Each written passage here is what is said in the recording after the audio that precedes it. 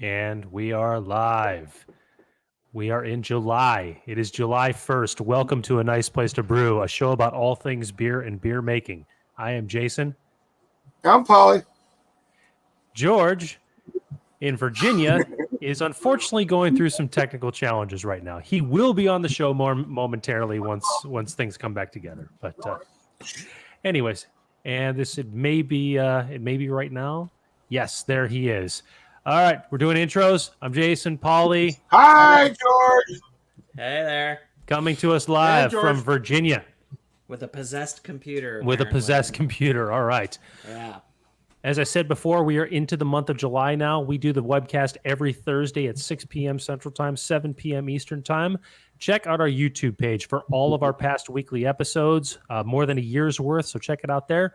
We have an audio podcast under the same name, A Nice Place to Brew, that's available on iTunes, Stitcher, Spotify, and all those podcasting platforms. All about all things beer and beer making, just like we talk about here on the webcast. Our website is www.aniceplacetobrew.com, and we can be found on social media under A Nice Place to Brew and Nice Place to Brew. All right, we got intros out of the way. We got a lot to talk about tonight. I had a brew day, which I want to talk to you guys about in detail, and today marked a day where we got some very, very sad news for the homebrewers here in the Chicagoland area. And I want to reflect on that a little bit. But before we get into that, what is everybody drinking tonight? Paul, you want to go? Yeah, well, Modern Times Hazy. I don't know exactly where they're from because I can't read the little writing on the side. But it's a pretty good hazy. I enjoy it. I was actually out having lunch somewhere, and they had a few good craft beers, so I brought some to drink here. And then hopefully, if it gets cold enough, I got the newest hazy on tap as of today from the brewery. Okay. That it has those brand new hops I was talking about, the Cryo Pop. Yes. Which you tell you what, drinking that, it made all those other hops pop out. Really, all like the dry hop notes and all that. Like I could get citrusy and tangerine and stuff like that. Okay. Like when I was giving the notes the other day, I was like, I almost want to say stone fruit, but I don't know what the hell stone fruit tastes like, so I can't put that out there. Even though it says it in that description, I don't know what it tastes like. So hopefully somebody gets it, tells me. Stone fruit is like peaches and plums, and there's ones where you have that big pit in the middle. Yeah, but I've never had a stone fruit, so I don't know what it tastes like. And when you're looking at all these hop characteristics, they're all in the flavor of the dry hop that you get. So if you've never had thus said fruit, I've had plums, I've had peaches, I've had all that. I can't give that honest opinion on it. So if that makes any kind of sense. It does. So they are out of California, and all right. Yeah, I pulled up their website, and one of the things, first of all, they do not have a website certificate. They should fix that. And one of the things it says is 2021 Calendar of Dankness. So I'm guessing they specialize in West Coast IPAs, so they got that going against them. But calm down, George. I caught that. I'm brewing another West Coast here. Yeah, you're drinking Electrojet. So what are you drinking? Is that what I saw? Yeah, Electrojet. That's what I'm drinking. Yeah, okay. All right. So what I'm drinking is from our buddies over at Hardywood. It is called Tropic Like It's Hot. And Did you say trunk like it's hot? Tropic like it's hot. Yes, it is a sour ale with passion fruit, pineapple, hibiscus, and blueberry. And it is a collaboration with Virginia Pride. And since we're right at the tail end of Pride Month, I figured I'd feature it on the show. There you go. So, Jason, what are you drinking? Homebrew. Yay! That's good. This is the homemade cream ale. Cream ale, all right. Oh. I tell you, I really like this beer. You need to bring some down to a side-by-side with our cream ale. Remember we were talking about that? Ooh, fancy, I'd be glad to. Sure. Yeah. The only strike that this beer has is the ABV is a little bit high, but it hits on every other point. I mean, with the clarity, just Oh, how no. crisp it is. I Well, mean, your that's beer how is I a feel little- about it. It's a little boozier. Oh, shucks. What am I going to do? Not drink as many, but you know that Yeah. doesn't happen. Right, exactly. So, All right, so what are we Anyway, gonna start with tonight? I'm sending some links out. If you guys can throw one topic out there, I'll be done in 1 minute. Okay. All right, George, you were Yep. you start this off. What topic we start with? Oh, after you take your Well, sip. I mean, to be honest, one of the things I wanted to talk about, wanted to start off, was the homebrew supply store closing. Okay. Diving right in. All right. Yeah, man. Because Yeah, let's start with this. Yeah, I agree. the All same right. thing happened around here too. We lost one that was a Fredericksburg staple. This happened last year, but we lost one that was a Fredericksburg homebrewing staple for a long time. And one of the things that the Chicago Brew Works guys said in their very nice letter to their clients and everything is that hobbies come and go, and we're seeing a decline in home brewing. Yep.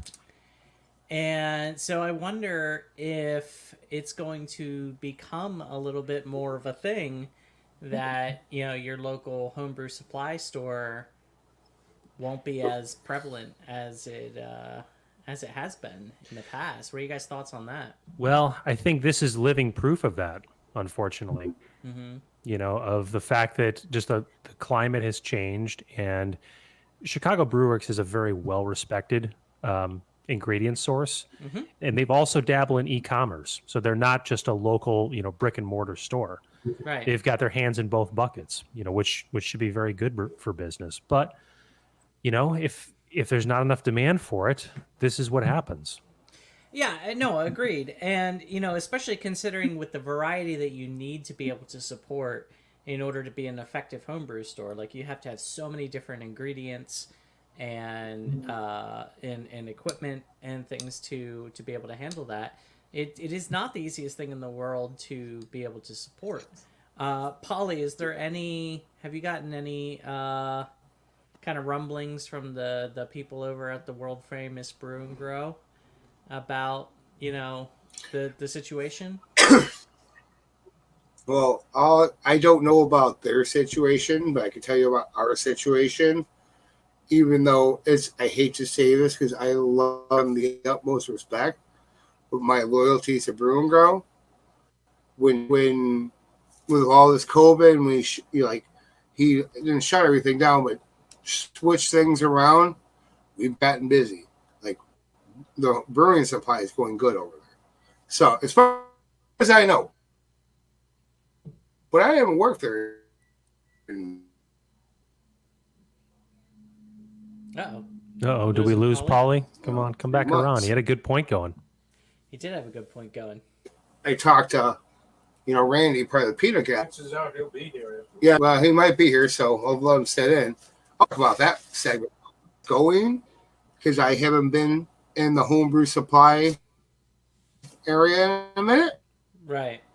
So I just know with my vendors or my Sure. my Yeah, I actually had one of my favorite Pilsner malts. I had a substitute. Go ahead, George. Okay. I don't think it is a situation where the demand for grains and beer is going down. I think it's a situation where homebrewers are gravitating away from the hobby. We're getting busier now, especially now that the pandemic is over, or well, not over, but waning. Hopefully, if this whole Delta thing doesn't latch on. I think people are, getting back to work, getting back to other hobbies that are a little bit more social in nature. And so, home brewing is kind of hitting a little bit of a slump. Now, the question I have is, people are getting back to, like I said, a little bit more social gatherings and things. So, is this a bit of a pendulum swing that we're going to see homebrewing pick back up here in like 6, 8, 10 months? As people gravitate back towards their natural hobbies. I would not be very optimistic on that. No. Yeah. Well, we can see what happens. Coming Yeah. from a guy that worked in, I ran into a bunch of, as I like to call them, like my last few days, I call them like, oh, you're a COVID brewer. And it may be someone that homebrewed before and then came back with it, or it may be a guy that started during COVID. But it's like, I honestly think like Brando trying to run 2 stores was wearing on him. Now he's making a decision. It's breaking a bunch of people's hearts, but now he can focus on, where he's at now. He doesn't have to worry about keeping this. Well, and he has a very well-respected brewery in Workforce. They're very well known, very well respected. It's not. I mean, it's not a decision that on the surface looks like, oh my gosh, how could you do that? No, I totally get that. You'd want to focus on your brewery, the one that's probably making you a lot more money. Totally get it. I don't fault Brando for his decision at all. I think in the long run, it's going to be the best thing for them. I just worry that there's it's a little bit more indicative of a larger trend. Right. Well, the technology problems are back. Okay. But that just might inspire somebody to open another homebrew store in the area. Because as of right now, we got one. We got one anywhere like within. I live in Joliet. You live in Darien. You probably got a couple closer to you than I do. I have 2 now. I have Brew and Grow and I have Bevart in Beverly. I don't know if you've heard of Bevart. I mean, Brew and Grow is the closest one to me. Besides that, there's still a Brew and Grow in the West Loop, I believe. Nope. No, that's gone. That's gone. Okay. There's only 3 Brew and Grows out. You got Brew and Grow in Bolingbrook. You got Brew and Grow on north side. No, you got that one, and then you got they call it by the street name. It's the same street that Revolution's on. I'm getting a brain fart. Yeah, I don't know. Irving Park. You got one in Chicago, you got one in Roselle, you got one in Bolingbrook, and that's all we have right now. And and besides Brew and Grow, I believe there's one in St. Charles also that I don't know the name of. You got one in St. Charles. You got Elmhurst Winemakers. Yeah, no. Did you see a comment? No brew in the city. Okay. Yeah, no, I know that place too. Yeah. So overall, it's not plentiful as far as the overall numbers of ingredient sources here around Chicagoland. Here's one thing that that really stands out to me about this move. Just the overall comment about homebrewing taking kind of a negative turn, I think is a fair statement, and I think this is a big reason why. Because I think a lot of the draw to craft beer years ago for people was the limited supply of creative options out there. You couldn't go to your craft beer store and get these adjunct beers that that weren't mass produced. That just wasn't out there. Well, the whole landscape has changed. Small breweries have popped up all around the country. They have places in distribution. Their tap rooms are sought after. There's just simply a lot more beer available to people, that the need to make their own beer is much less than it was in years past. So you think we're yeah, I think we're a little bit of a victim of success in that a lot of homebrewers with that creativity became brewers, brought that creativity in, and now unfortunately it's having a little bit of a deleterious effect on the homebrew scene, which later on could be a problem as we lose that creativity. Now, so a way to supplement that, and I'm a big fan of this, and I'm trying to come up with a plan of being able to do this in the technology sector too, but in the brewing sector, do we need to resurrect the idea of apprenticeships so that we can pass that knowledge on, keep that creativity, and I can get behind that. Being a tradesman at 20 years, working as a plumber for 20 years and learning what I learned, and been brewing for 10. But still, I can get behind that because like that's what got me into brewing was the creativity about it. And then you go through those bumps, like I went through like a 5-year slump, and then I got back into it. And now look where I'm at. So because something sparks you, and you need that spark to get you want to do it again. Right. So I mean, imagine bringing in an apprentice, Polly, that can a young kid. That's what we need now. That's the thing. Yeah, can learn at your feet, and I mean, then you'll have somebody to muck out the mash tun and everything, because that's what apprentices do. They do the dirty work no one else wants to do, and but they get a chance to learn and put together recipes and get to understand the process, and then eventually they become a master brewer somewhere. Yep. I think that could happen.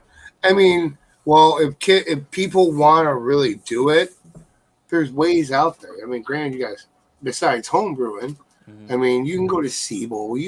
I could probably think of like half a dozen colleges, like Southern Illinois, that you could go learn to brew, and then you can start from there. Kind of like what I'm doing. Like, I'm doing a hands-on apprenticeship. Hey, do I know everything? Hell no. I mean, I'm learning every day. Every fucking day. I'm learning, oh, shit, I shouldn't have done that. Or, oh, no, look at this mess I got to clean up before we open or something like that. Well, I mean, that's the sign of a good job, is if you're stretching yourself and not, you don't know how to do everything and it's boring, that to me is a sign of a good position. But, when you were a plumber, did you start off as an apprentice to somebody, or how'd that work for you? Yeah. Okay. All right. I mean, I went through the union. I went through Local 130 United Association of Pipe Trades. I was a union plumber for 10 years, and then about 10 years non-union, and I said I'm done, and I got lucky, and here we are now.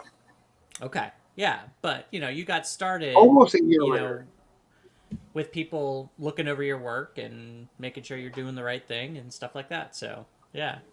Yeah, but the thing is the other people looking over my work are the people drinking my beer. Fuck out of it every fucking time. So I don't have one guy looking over my work. I have the masses looking over my work. If that makes sense. That's a good point. Yeah, no pressure or anything.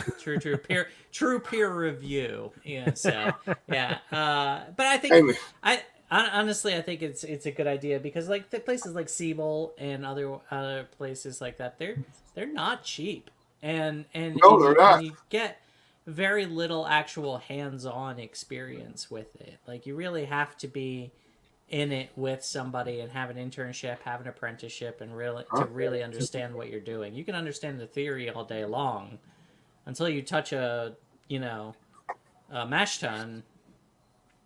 Or the wrong tri-clamp. Or the wrong tri-clamp. Yeah. Well, sorry, I couldn't help myself. What role do you think tri-clamps would have in a classroom? Using carrot tools. I mean, can you imagine reading a book and being like, insert tri-clamp, remove tri-clamp? It just doesn't translate at all. Exactly. It doesn't translate. I think, so in a classroom setting, I see that being like practical demonstration of how to connect to one of things. But, yeah. So my scope on this is limited, but all the people that I know that work in brewing in any capacity didn't get there by way of the classroom. Right. So, George, I think what you're saying about the apprenticeships, I think has a lot of merit. I don't think where we're at right now is all that far from, I think, how the industry is working. Yeah. I just think it's not officially like that. So, I mean, you have like junior brewers that come in, but they are expected to come in with a set of knowledge that I think is above where you would expect an apprentice to come in. An apprentice, you just expect them to have some conceptual knowledge, like, oh, I know what pipes are, All right. That's fair. So that's kind of where I see the difference a little bit. I can get behind that. But I will say, I wonder how this trend of closing homebrew stores, what effect that's going to have on companies like More Beer and Adventures in Home Brewing. Obviously, it's going to get them some more business, but I think honestly, really, maybe not. No, maybe I think not, it will. Because ahead, when you look at the way things are going now, I mean, granted, I don't go anywhere, but whatever I need is either a phone call away or an email away.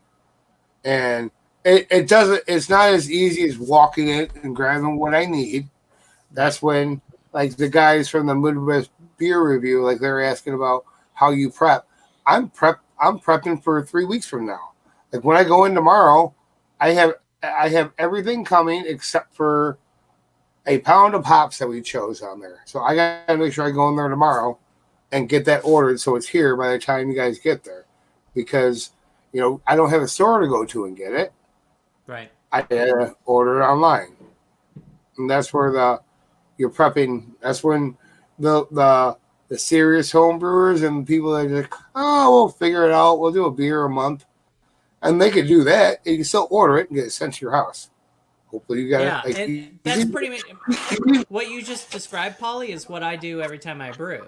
I order it. Yep. I plan like 2 weeks in advance and order it up. So, I mean, I guess the last thing that I would like to see, because even like More Beer and Adventures in Homebrewing, they still have that kind of homebrew store feel.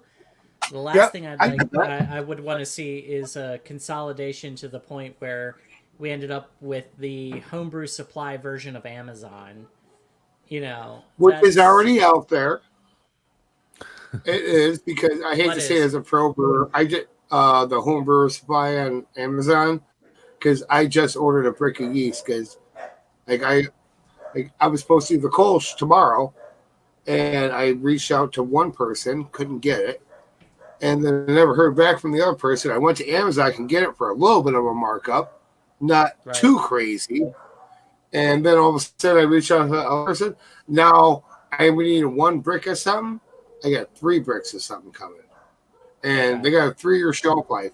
I can throw that bitch right in the walk-in and leave it. Right. Put the date on it and then go from there. Yeah. If that makes sense.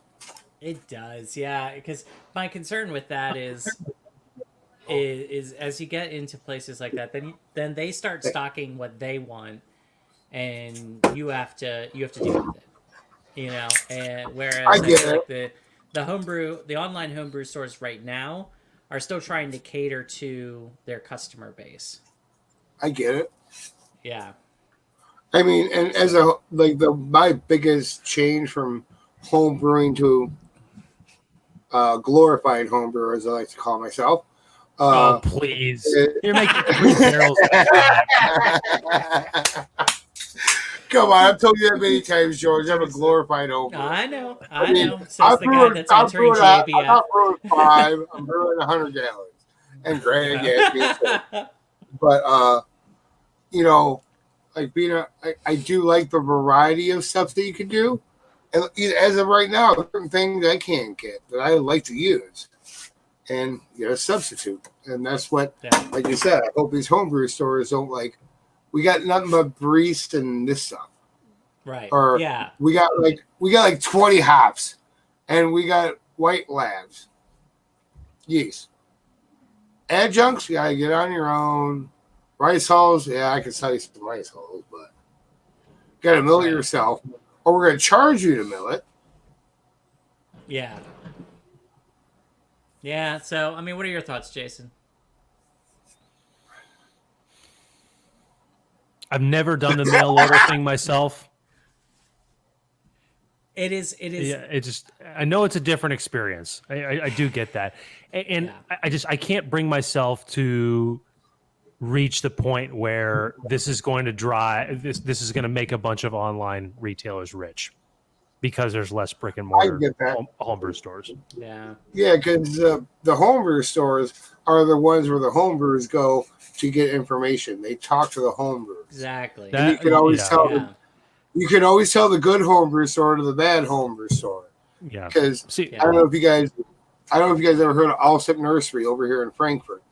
They're like a mega store, you know, and they had a homebrew aisle. And there were times like with the Frankfurt Bluegrass Festival, I'm like, oh hey, I need this and this, and all of a sudden, the person's house that was a winemaker, April, you met her, Jason, where the party's at, like, you know, like I'm borrowing one of her carboys for a secondary. I'm like, hey, this thing ain't clean. She's like, I put a rag on a stick. I'm like, I'll be right back. I run to the store and grab a fucking carboy brush.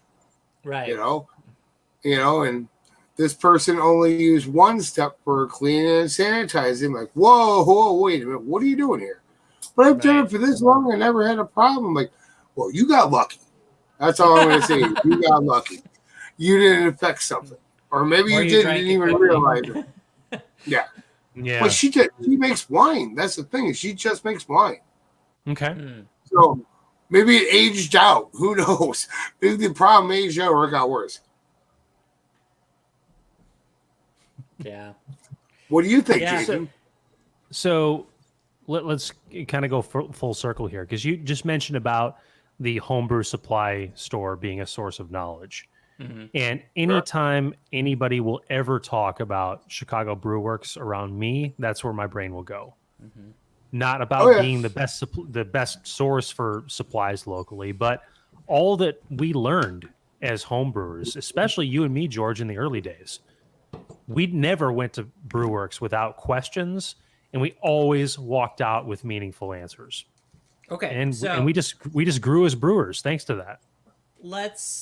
Worst case scenario, all the homebrew shops, all the brick and mortar homebrew shops close. Like, nothing. You can't. All of them are online now for some reason. What do we do to replace that source of knowledge? I'll tell you how. Okay. You come to the A Nice Place to Brew weekly webcast. Okay. Yes. There's that. There's that one. Or join a local homebrew club. Your source for homebrewing knowledge.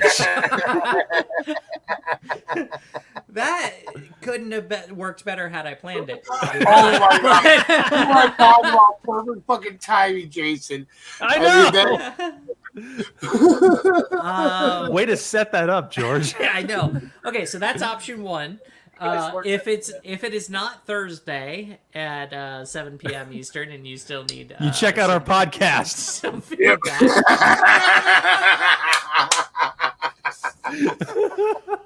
Okay, if for some reason you can't get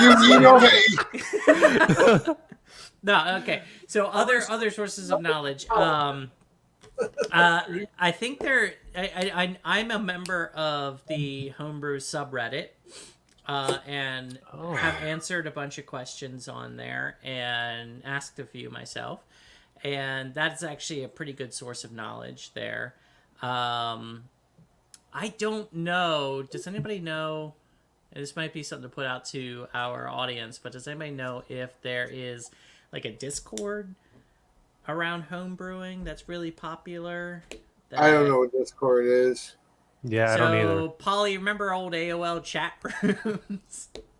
I heard of it. Yes. Yeah. So it's basically that. To be honest, it came out of the gaming community for people to communicate, either by text or by voice while they're playing games. But it has expanded since then. There's technology Discords. There's gardening Discord. There's all kinds of things. So it's where do you show up?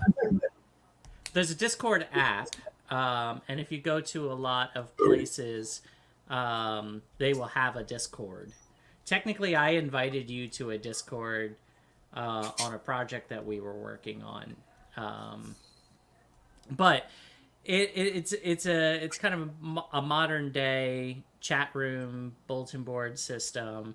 so that people can get some more immediate feedback than like a subreddit. Gotcha. Things, but So, Okay. but here's my take on information on the interweb. Granted, I'm a simple guy. I get all my information on Facebook. Well, at least brewing. When I'm talking brewing, besides you guys or people in person, like I've talked to people, and some people are like, you might not. You might. You look at what they say, you're like, all right, I see where you're getting at, but you need to calm the fuck down.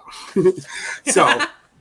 I just I take the information I get off social media as a grain of thread right now, if that makes sense. Yeah. Of course, and to be perfectly honest, I do that in person too. Like Yeah. I'll talk to my homebrew club, and they're like, "Oh no, you should never use." And I don't know, I don't think anybody's ever said this, but you should never use Cascade in a beer, and it'd be like, all right, well, I understand. What are you, Louise? What are you? Well, actually, we did have one guest. I'm blanking on her name right now. Becky? Becky? No, the Louise.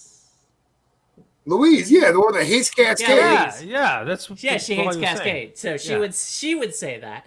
But you gotta take that with a grain of salt, because sometimes it does come down to a matter of taste and everything. But and the more technical things, but I do that in person too. God, I've done that, like working at a homebrew store and then working at a brewery. Like, you talk to people and they tell you what they do. You're like, is it working for you? Good. Unless they really want to hear what I gotta say, I'm like, take it as a grain of salt, and then I'll tell them what I feel. Sometimes they take it good, sometimes they take it bad. Yeah. So they still come back and drink the beer. That's all.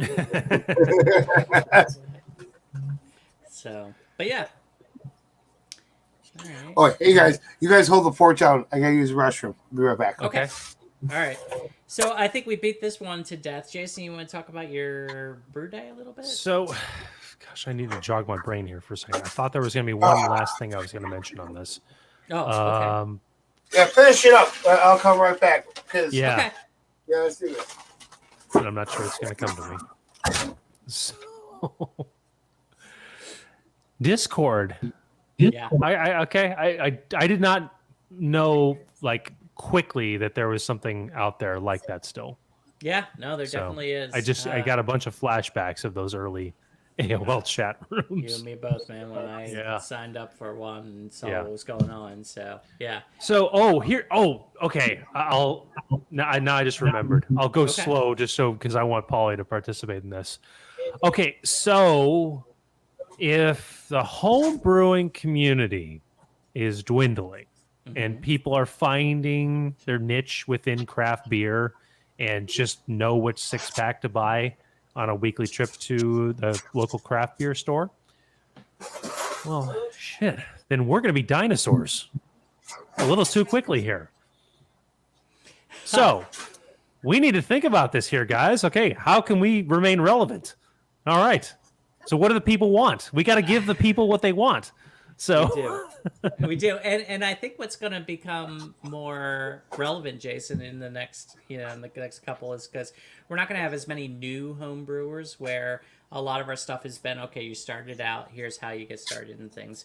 I think it's going to be more specializations and highly technical things that are going to become more relevant, because as the audience kind of cuts down, those who stick around are going to want to understand those more intricate things better. Does that make sense?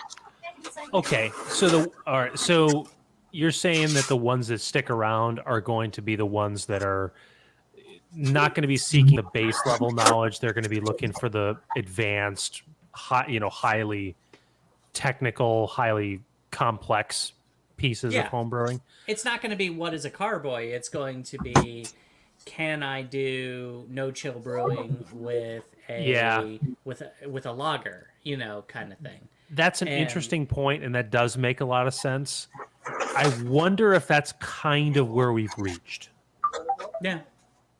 A lot of our conversations have been a little bit more high level when it Right. comes to some of those things because we've hit a lot of the basics. We circle back to those every now and again, which I think is Right. good for anybody new that comes around. But I think we do try to hit on some things. So to that note, anybody that sees this or is listening now, what are your thoughts? Are you looking for more technical discussions?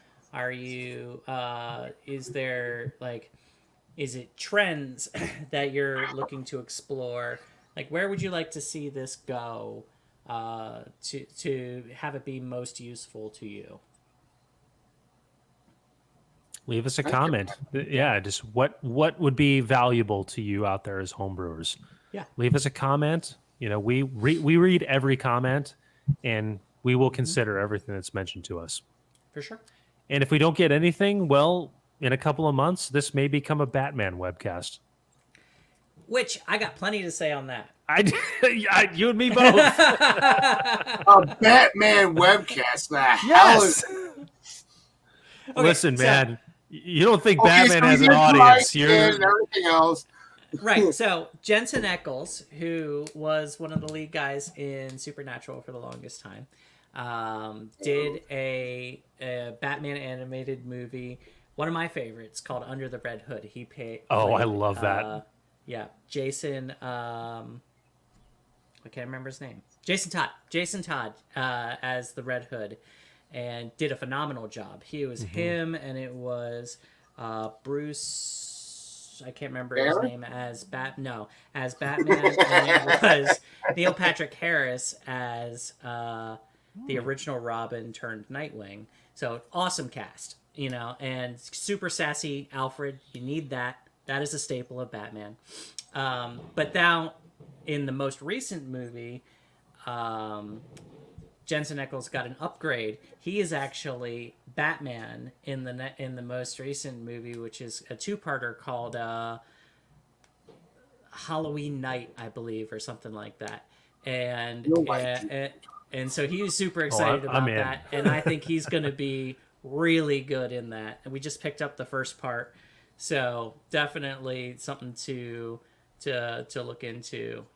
If you're into Batman now. Halloween Night. I did not know about this. I'm excited. Or the Long Halloween or something. Something no, around I'm Halloween. in. Yeah. Yeah, I'm in. Yeah. Yeah, Oh, yeah. One final comment about Under the Red Hood. The ending of that movie is incredible. Yeah. The way oh my god, it's the best ending to a Batman movie I think I've ever seen. Yeah. Dark Knight being right up there too. DC might not know how to do a great live action movie, although I will say the original Wonder Woman was really good, and the Snyder cut was pretty good. Yeah, I was impressed by that. But animated movies, they got on lock, and There's a lot of them too. Yeah, they just finished an arc, the Flashpoint arc. They just finished that last year, and so see what you did. See what you did. So, I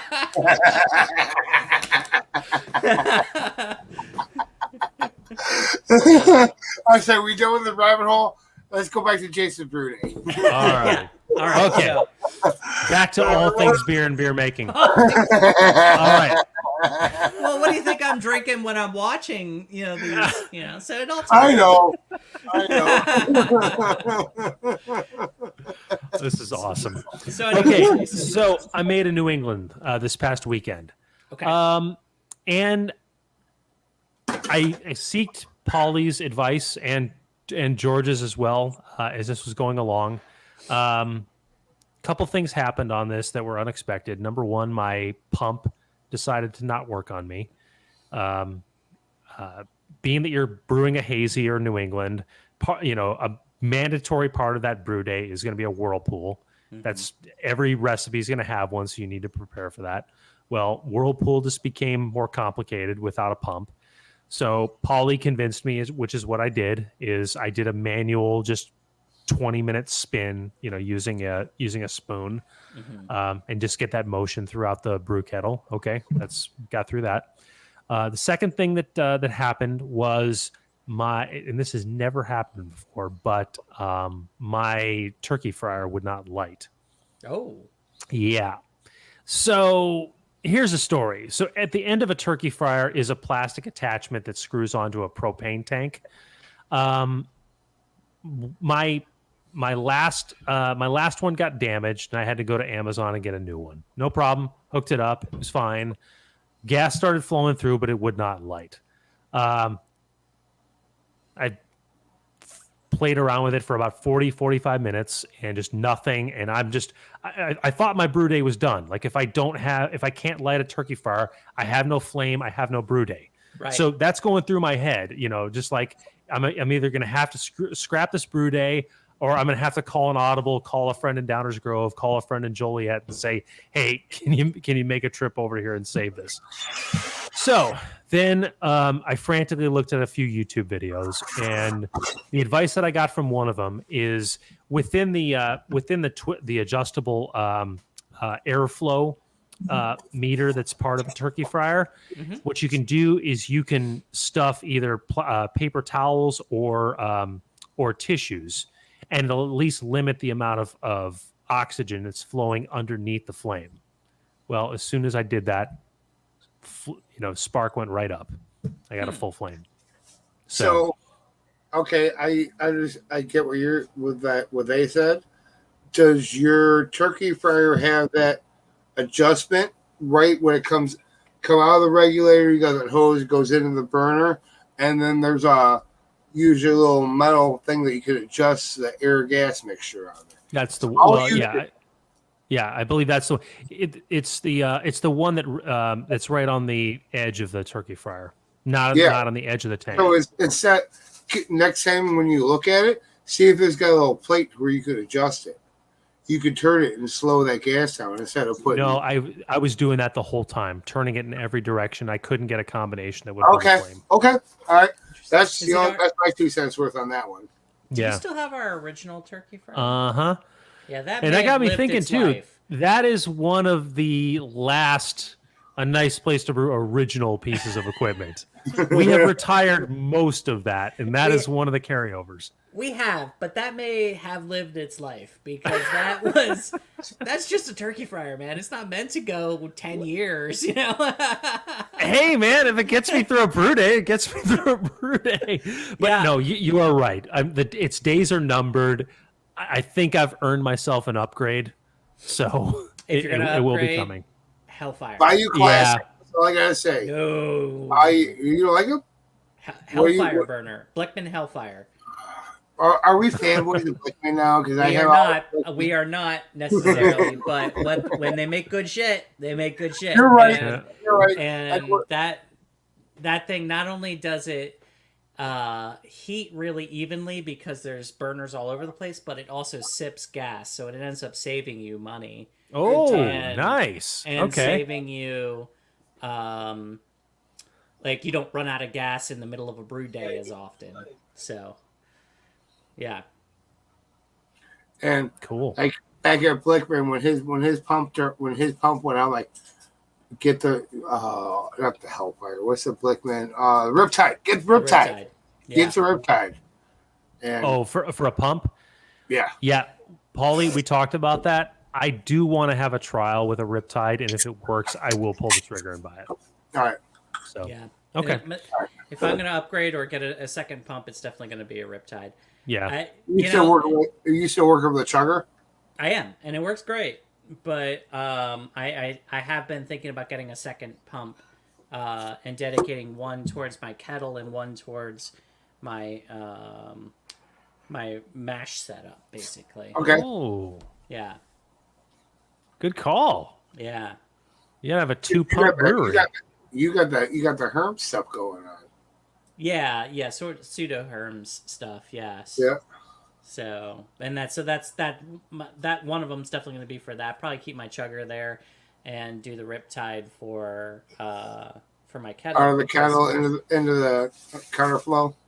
Into the counterflow or into the the mash setup and things like that, because it's a Oh, little bit gotcha. harder to it's a little bit harder to prime in that, and that's one thing that the Riptide is really good at is you Because can pull like, that pull it up. Shh. right. And then Pull you that get word relief all over the valve. floor. They got a mop and you get Wow. water, squeegee it to the floor.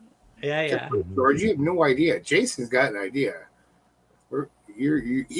Hey, Jason, he's mashing out. And You bringing say it this right like up. I haven't done this before. I have I know. worked in multiple breweries at this point. But So. it's so fun to talk. Leave me alone, George. Oh, he's coming down the day after. Oh, hold on. Yeah, Uncle he Rick is. asked. He's coming down the day after the competition when we announce the winners. We're gonna do a brew day. Okay, yeah. Yeah. It's like when I was working with somebody and they said something about milking cows or working on a farm. It's like, oh, I've worked on a farm before, and he's like, good Lord, George, I didn't. Yeah, it's like I grew up in Lancaster, Pennsylvania. Of course, I've worked on a farm before. Oh my gosh. I grew up half my life in Manhattan, Kansas, and never grew up on a farm. So how about that? Yeah. I Well, saw I a lot didn't of grow up farms. on a farm, but I have, worked on one. So. All right, I'll give you that. Yeah. Got one up on me. So you guys want to talk about this? I talked to Jason. Was it yesterday about our collab? The nice place to brew, which we got to figure out a name to it, but Yeah. do it all together when the three of us are together in person, and we'll come up Yeah. with a name for it. You got Okay, it. we can do that. Back to brew day. Back to brew day. Back to Go ahead, brew day. Jason. Okay, cool. Some details about the recipe. One aroma hop addition, nothing for bittering, which is consistent with how you do hazies. So I had 1 ounce of cashmere, which was a 10-minute addition before flame out, and then the Whirlpool had 2 different additions of 2 ounces each of Amarillo and Citra, spaced apart 5 minutes. So I had 15 minutes of one, 10 minutes of the other. Here's a piece of well, no, I'll come back to that. Beyond that, I have 2 different dry hop additions, which have not been done to this point, but it's probably going to happen right after we finish the broadcast here. I've got 5-day additions of Amarillo and Citra, 1 ounce apiece, and then 3 days of a double ounce of Citra. So one. Go ahead, finish, Jason. I got a question for you. Okay, all right. So here's what I did. I did the Whirlpool. I did the cooling, transfer to a carboy, pitch the yeast. I did this on Sunday. It's been fermenting ever since. So my plan is to do the first dry hop today, and then the second dry hop 2 days from now. What yeast did you use? Y yeast 1318. Okay. Maybe, go ahead, dry hop tonight because you're at the end. Like that whole one, they call it the high croissant. Yeah. Right when it's like getting going, you should have been dry hopping that. Yeah, I know there's certain people that do that. There's a lot of different schools of thought as to when the first hop edition should be. But I'll tell you, there's one thing that I wish I would have done. And the good folks over at Brew and Grow were, of course, nice enough to give me advice, as they always do. If you're going to dry hop, it is well worth spending the extra money and getting cryo hops. Okay. And here's one reason why. There's a lot of reasons for that, but here's a good one that I didn't think of. There's going to be a lot less of that green, like, swampiness that gets introduced to your beer because you're going to have less hops around. So you get all the best aspects of having more hops, but less of the bad stuff. Because of the higher alphas? Yes. Yeah. Okay. And it's the whole thing how they make the cryo. They cryogenically freeze it. They put it at like negative so many thousand degrees or whatever the fuck they call it.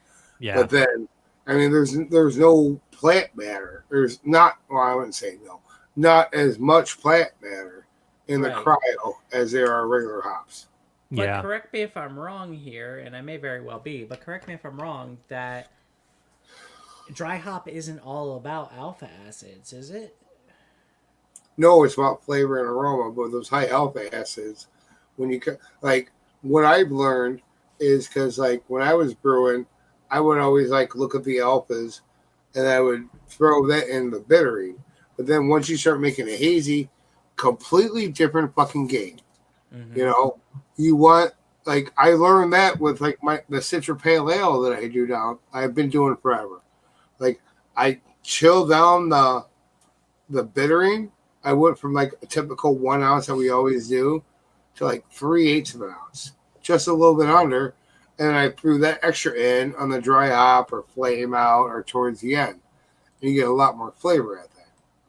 So you got those high alpha acids. Now you got the same hop that's got double the alpha acids and it's going to accentuate that flavor and aroma. Does that make sense?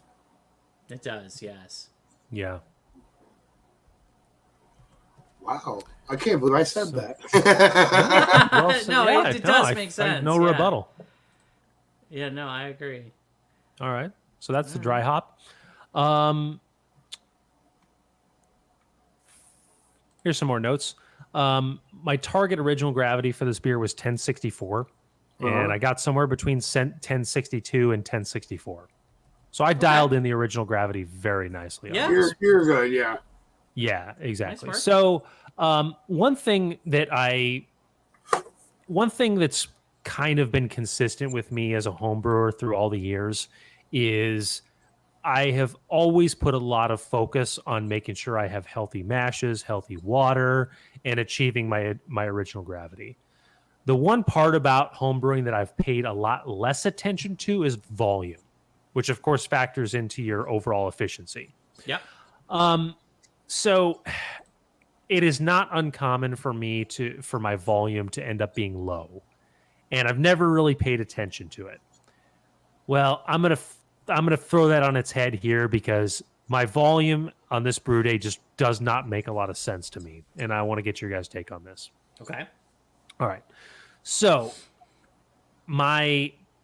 the Beersmith recipe that I built called that I should have a post-mash volume of about 7 gallons, which is exactly what I had. So my theory up till this point, which proved to be wrong, was that my boil-off rate had grown from what was typically about a gallon an hour to what I thought was about 1.5 gallons an hour. So I changed my equipment profile, accounted for that, and just said I should be, pretty close to 5 gallons after all this is said and done. Well, it turned out that was not exactly the case. So I started at 7 gallons. I boiled down to what I saw at the end of the boil was about 6. And I boiled for a little bit of extra time to account for that because it just wasn't going down to a point that I thought it was going to be. So, end of it, kill off the flame, start the whirlpool, just twirl that around for 20 minutes, start the chill down. Well, chill down is very straightforward. I use an immersion chiller and just allow it to have its time until it cools down to an appropriate temperature. Then, transfer it over to a glass carboy, and then cap it off and later pitch the yeast. Here's what I can't figure out here, guys. There was roughly about 4 gallons that ended up in my carboy. So how the hell did I go from 6 gallons at the end of a boil to only transferring 4 gallons? Did you have a lot of trube at the bottom, or no? It was a 1 ounce. No, wait a minute, bullshit. Because you just did a hazy, so you had a whirlpool. How many pounds? I'm sorry. How many ounces? 4 ounces. Yeah, you got to think about that water loss and those hops. 2 gallons? Well, hops will absorb that, quite and your loss in your transfer and everything else. Yeah, that's very. All right, so I hate to keep bringing up my stuff, but sure you do. Well said, Uncle Rick. Love the peanut gallery. I just kegged up something because I'm a glorified homebrewer, but and I was supposed to get 4.5 to 5 kegs, like 4.5 kegs, maybe 5 if I'm lucky. I got maybe 3 in one batch. Because I was trying to like do yeast dumps and just get rid of it and may have dumped more. Does that make sense? Right.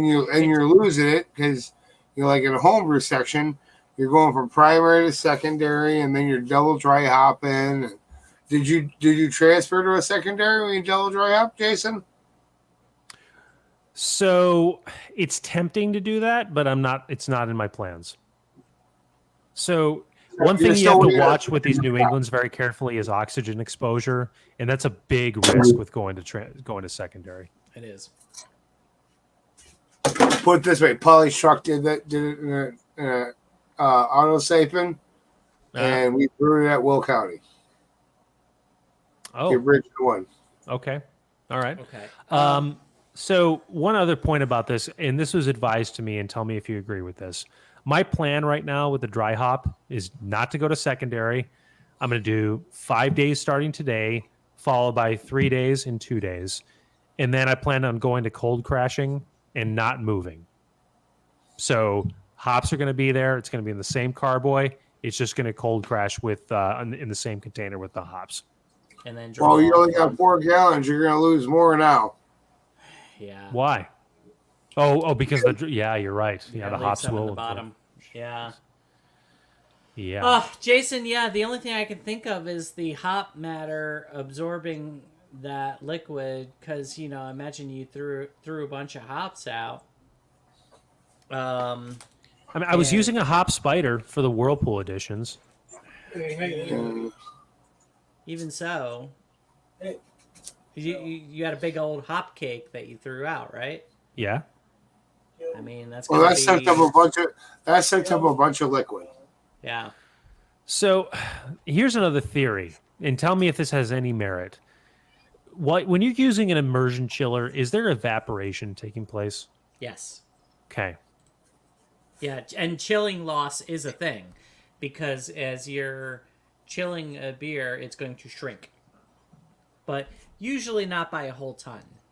Okay. Hey! All right. Yeah. But it's definitely a thing. All right. I'm not surprised that these things we're talking about are a thing.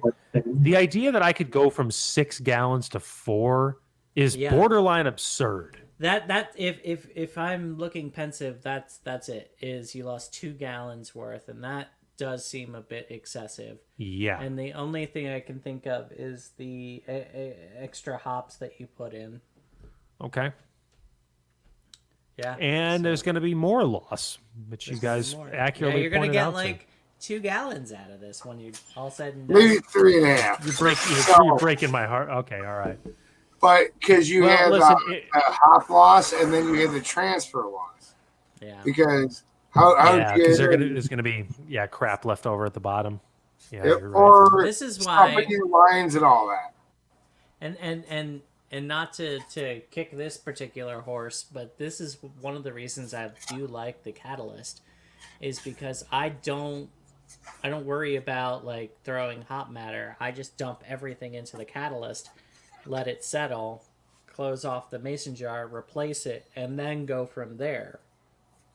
And so, that reduces a lot of the losses you get from transfer and hop loss and things like that. So that's a good point. One of the reasons why I like using a system like that. Yeah, because you give it time to separate down in the mason jar. Yeah. Yeah. So yeah. Yeah. All right. Well, but don't worry, when I'm out there, we're gonna fix that. Yes, we are. Yeah, I'm open. I'm open to revisiting this if somehow that jar can get off the unit. Yeah, we're gonna fix that. Okay. In a year and a half. Yeah. Son of a bitch. Oh my gosh. But okay. It's interesting. So that's really it. I'm excited for this beer. It's going to be ready for a special event that's coming up that both George and Paulie will be a part of. And that, of course, created urgency behind getting this brew day going.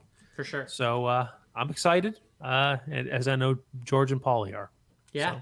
So before we kick off here, I just want to talk about one brewery that I encountered recently. Yes, please do. went up and visited my parents. They got a little place in the Poconos in Pennsylvania, and if anybody that is familiar with The Office, is a fan of The Office, will probably recognize Scranton and Lake Wallenpaupack. There is a brewery called Wallenpaupack Brewing Company right on the lake there, and they make some really good stuff here. I was going to share my... Yep, so, but one of the things that they have a bunch of stuff that's on tap. They had a really, really solid, what was it, a Helles? It was called, well, they had a cream ale. We were just talking about cream ales that my dad really liked. And they had a Helles called No Wake Zone that was very citrusy, had a very pleasant hop bite to it. But one of the ones that I really enjoyed was this Unwittingly Overhyped. Okay. Let's see if I can't. Oh, no. Okay. Unwittingly Overhyped. Let me describe this to you. It's it's a sour IPA brewed with loads of wheat to create a nice haze, then soured with lactobacillus. They added Citra and Mosaic hops to a chilled whirlpool to coax out smooth fruit aromatics that play perfectly with a light tartness. And I gotta say, that's a pretty accurate description of what I had to drink. Okay. Just a little bit tart, very fruity, not super bitter. It was definitely a New England hazy, not an IPA. And it was quite good. I was very just happy seeing with the it. images that I see on this menu. This just screams coastline, resort, chill. Oh, Just, super chill. yeah. Yeah. And the other one that I wanted to talk about here, let me see if I can zoom in a little bit so people can see it. Okay, this is way better. Yeah. That's fantastic. It's a malty ale on cherries, chocolate, and chipotle. And it has a fruity, rich flavor with a light, smoky pepper aroma. Then they added chia seeds to it, just so you had to call it that to the bartender. So, but it was cherries, chocolate, and chipotle. Okay, these are totally different flavors. But work well together. If you've Really? ever had, if you've ever had like in fact, they make like cherry infused chocolate with some pepper in them. Like that's a pretty common kind of flavor pairing. Really? Okay. Oh yeah. Cherry and chocolate, sure. Cherry, chocolate, and peppers. That's a new one for me. Okay. Yeah. So I mean, it's a decent mix there on that. Now, what did I bring home with me? I brought some with me because, I had to.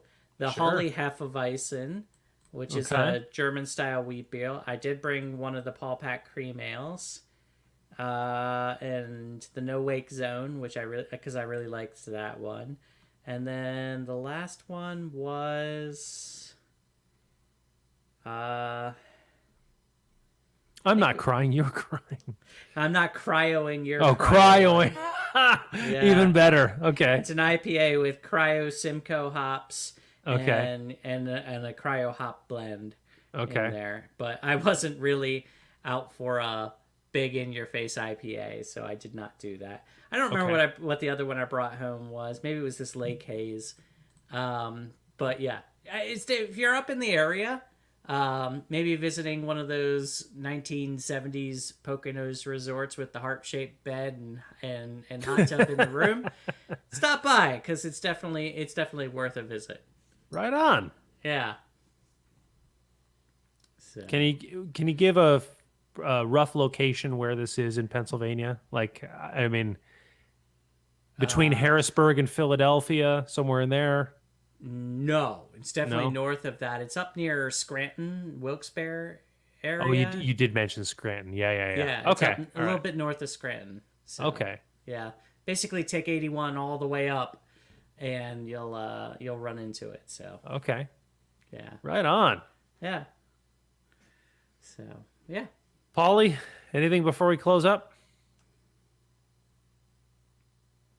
You're still on mute. That looks like a hazy right there. Just a New little. hazy. Okay. I was That's the talking new one? about. Yep. Oh, Is look it- at that. From your shop? Yeah, Yeah. All right. yeah. Cool. it is. Sorry. Nice. All right. Are we gonna shut it down? Yeah, it's 7:00. Yeah. Jason, All right. anything for the group before we call it a night? Don't think so. All right. Nope. Hit all my notes here. All right. All right. Check us out on Thursday, July 8th. We'll be back here, available on Facebook and YouTube. If you cannot wait until next Thursday to catch us, take a look at our YouTube page for all of our past weekly episodes. We have an audio podcast under the same name, A Nice Place to Brew. It's available on all the podcasting platforms. Check us out on social media at A Nice Place to Brew and Nice Place to Brew.